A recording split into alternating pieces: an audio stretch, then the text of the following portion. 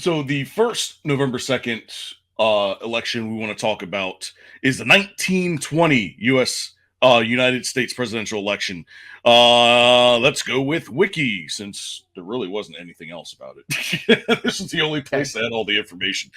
Um, the 1920 United States presidential election was the 34th quadrennial presidential election held on Tuesday, November 2nd, 1920, in the first election held after the end of the First World War. You're going to start seeing a theme about this in a second. So, in the first election after the ratification of the 19th Amendment, which gave equal votes to men and women, Republican Senator Warren G. Harding of Ohio defeated Democratic Governor James M. Cox of Ohio, and was the third presidential election in which both major party candidates were registered in the same home state. The others had been 1860, 1904, 1940, 1944, and 2016.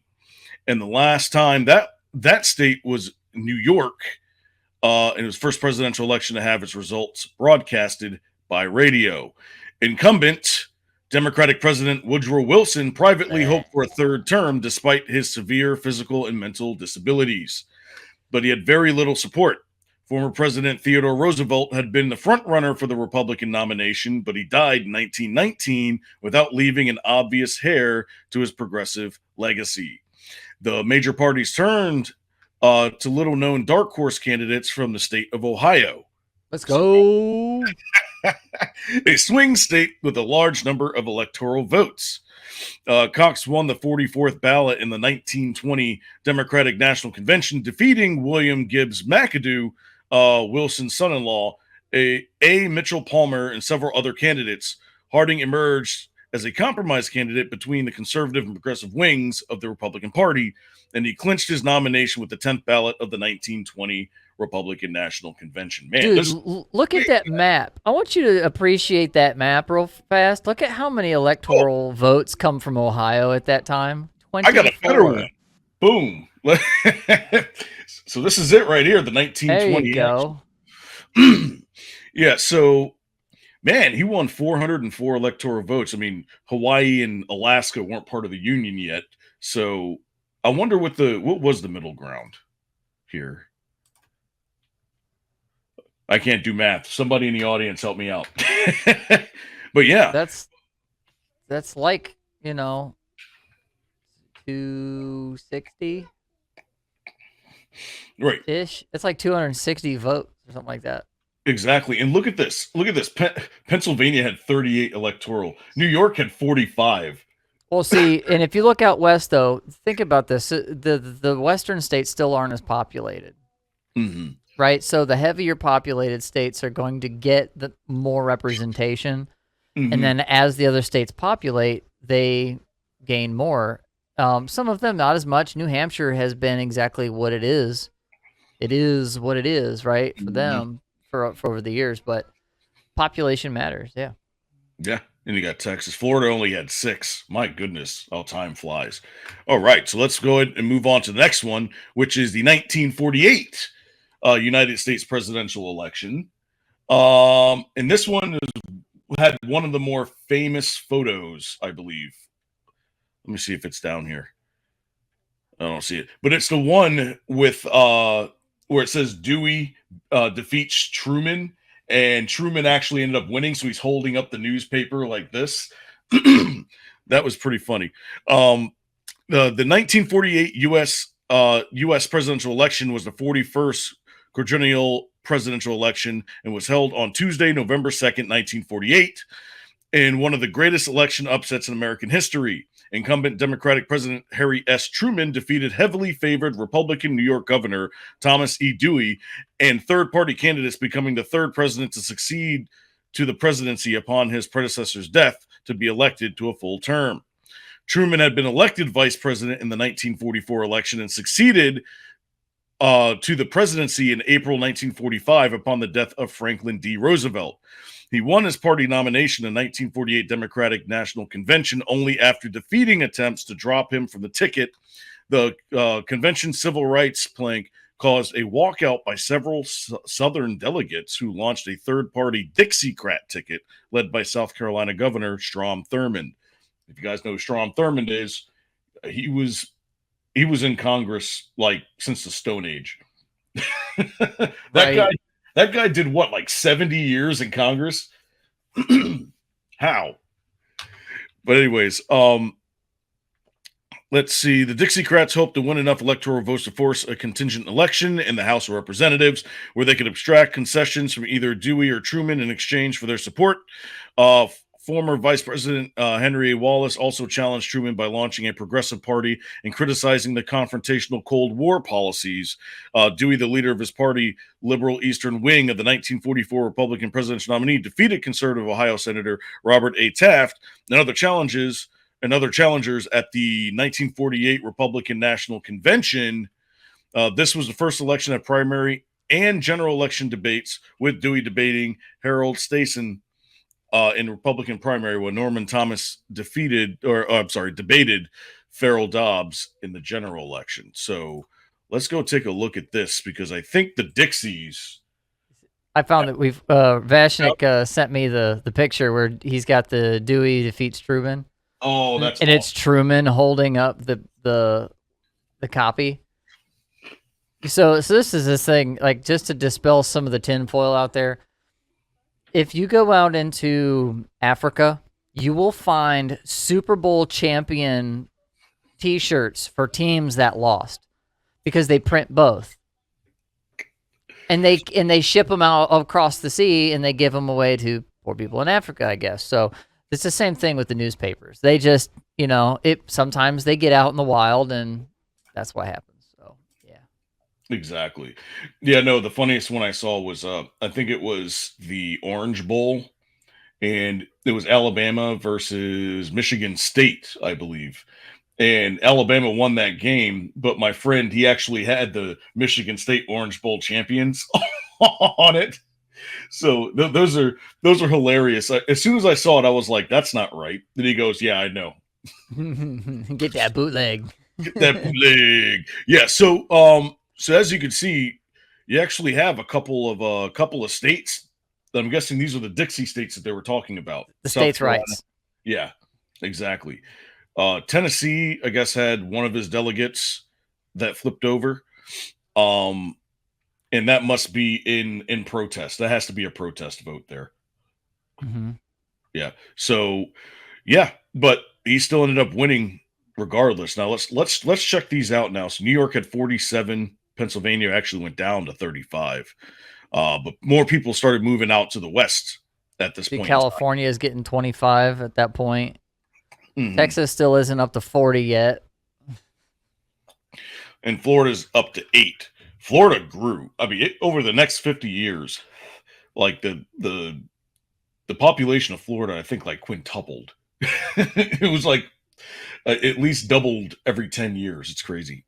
But people are sick and tired of the cold weather as well. So, but you're going to start seeing a pattern too, because you noticed how over in the West and in the South, it was pretty much bluish here. Let's go back. Let's take a look.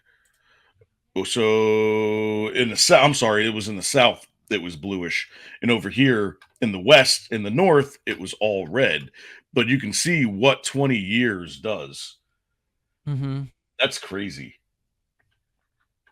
All right, so let's move on to 1976. All right, the 1976 United States presidential election was the 48th quadrennial presidential election held on Tuesday, November 2nd, 1976. The Democratic nominee, former Georgia Governor Jimmy Carter, narrowly defeated incumbent Republican President Gerald Ford. This was the first presidential election since 1932 in which the incumbent was defeated, as well as the only Democratic victory of the 6 presidential elections between 1968 and 1988. How he won, I have no idea. I guess we're going to find out. Ford ascended to the presidency when Richard Nixon resigned in 1974 in the wake of the Watergate scandal, which, by the way, he's been exonerated for, which badly damaged the Republican Party and its electoral prospects. Ford promised to continue Nixon's political agenda and govern as as a moderate Republican, causing considerable backlash from the conservative wing of his party.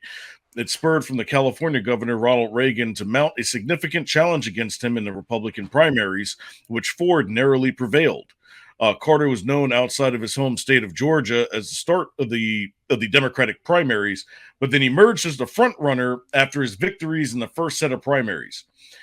Campaigning as a political moderate with his own party and a Washington outsider, Carter defeated numerous opponents to clinch the Democratic nomination. Ford pursued a rose garden strategy, which he sought to portray himself as an experienced leader focused on fulfilling his role as the chief executive. On the other hand, Carter emphasized his status as a reformer who was untainted by Washington. Saddled with poor economy in the fall of South Vietnam and the political fallout from Watergate scandal, including his unpopular pardon of Richard Nixon, Ford trailed by a wide margin in the polls taken. Let me go back. Ford trailed by a wide margin in polls taken after Carter's formal nomination in July of 1976. Ford's polling rebounded after a strong performance in the first presidential debate, and the race was close on Election Day. So let's check that out. You see the difference? Like Skrapp, why do you think there's such a switch from Democrat to Republican on the West Coast? Do you think it's just population? I mean, these are times where the parties are closer aligned on national issues. Right. So they're gonna flip back and forth. You do see in the East that there's a contingency of North-South, Republican, Democrat, whatever you want to, however it is. And that's because there was a civil war. And some of that stuff still hanging around. Mm-hmm. Like 76, maybe not so much. But it's still, there's some heritage there. And so these Western states are more independent.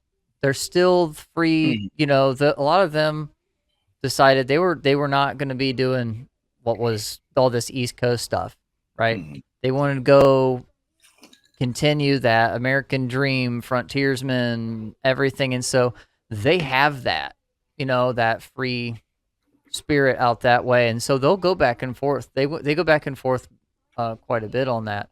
And I don't think up until recent politics have we seen such a hard like stamp, you know, put your foot in the ground and we are this, you know, kind of thing. They've lost a lot of that. I think we as a country in general have lost a lot of that independent free thought over time. And I think that's evident in these election cycles.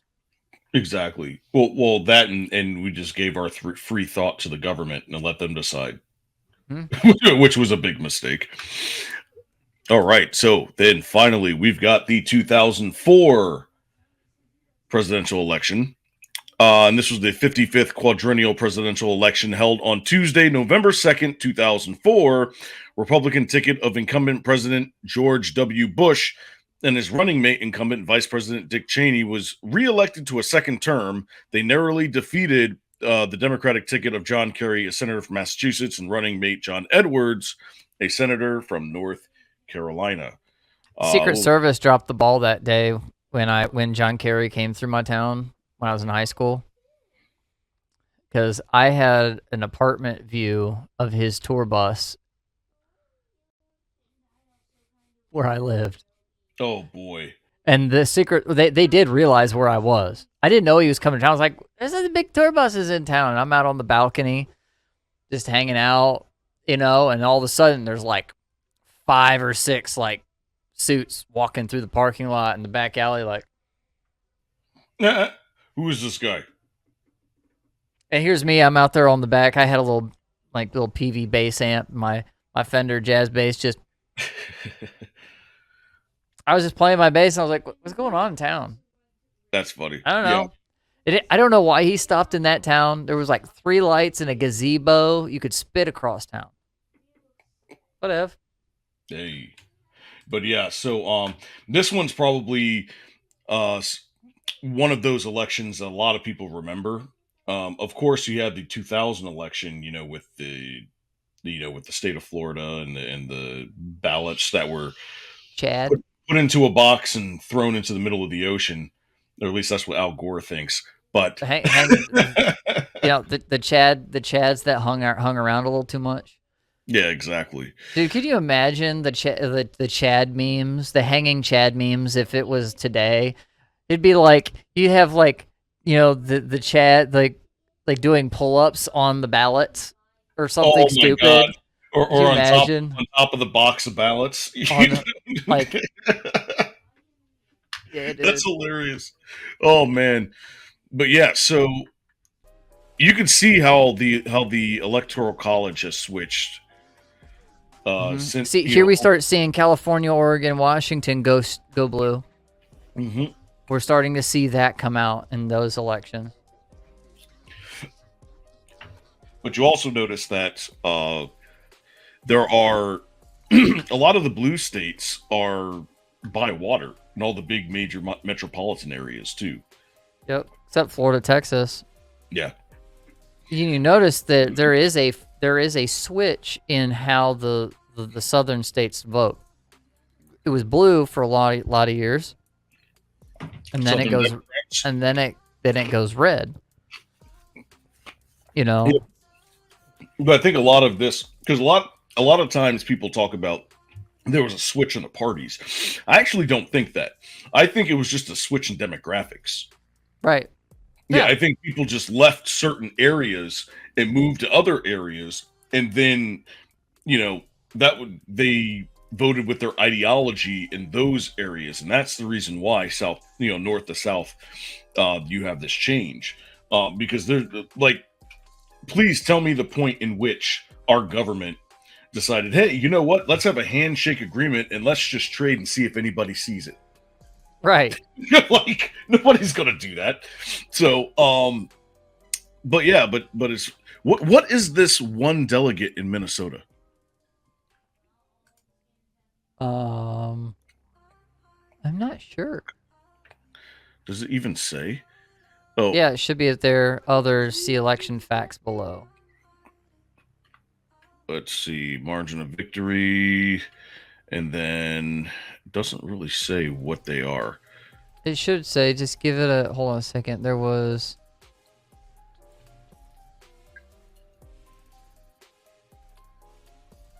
There's a John Edwards. Kerry won Minnesota. However, one elector cast a vote for Democrat vice president candidate John Edwards. May have been unintentional, but this ballot also voted for John Edwards as vice president. Okay, so it's an alternate slate elector, right? It was legit. It went through. Uh-oh. What does that say for Kind of. It was not meant to, but nobody kicked a fuss about this guy, because it didn't matter, apparently. Yeah, I wonder what our vice president elect Tim Walz would think about that. Well, we'll see. But yeah, so going back in history, November 2nd was actually very important as far as these elections, because the 1920 election was right after World War One, 48 was right after World War II, 76 was right after what? That's Vietnam era, right? Vietnam Isn't it? era. Yeah, right after Vietnam. And then the next one was 2004. I mean, we were already in the Middle East at that point. So, Yeah, Bush got reelected because of 9/11. yeah, pretty much. So there's at least a reoccurring theme there when it comes to that. But did you have any other thoughts about this, and at least in and not just in November 2nd, but all throughout the elections in history? It just seems to me like the elections over time become centered more around either some kind of a codifying, unifying event, Hmm. or increasingly in the latest handful divisive topics.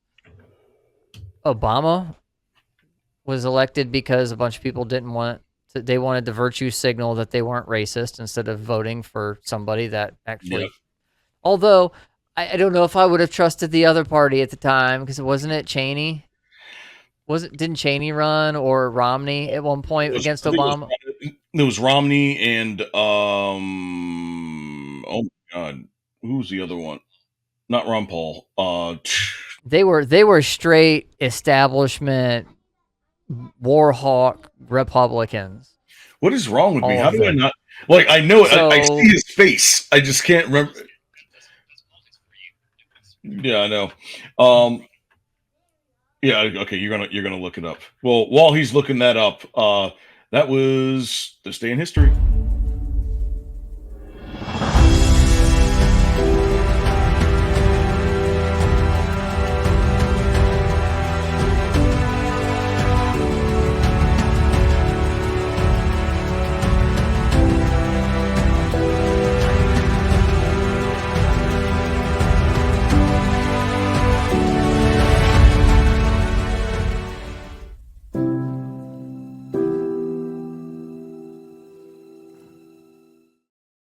yeah, it was McCain and Romney. McCain. That was it. I remembered his face. I'm like, why can I not remember his name?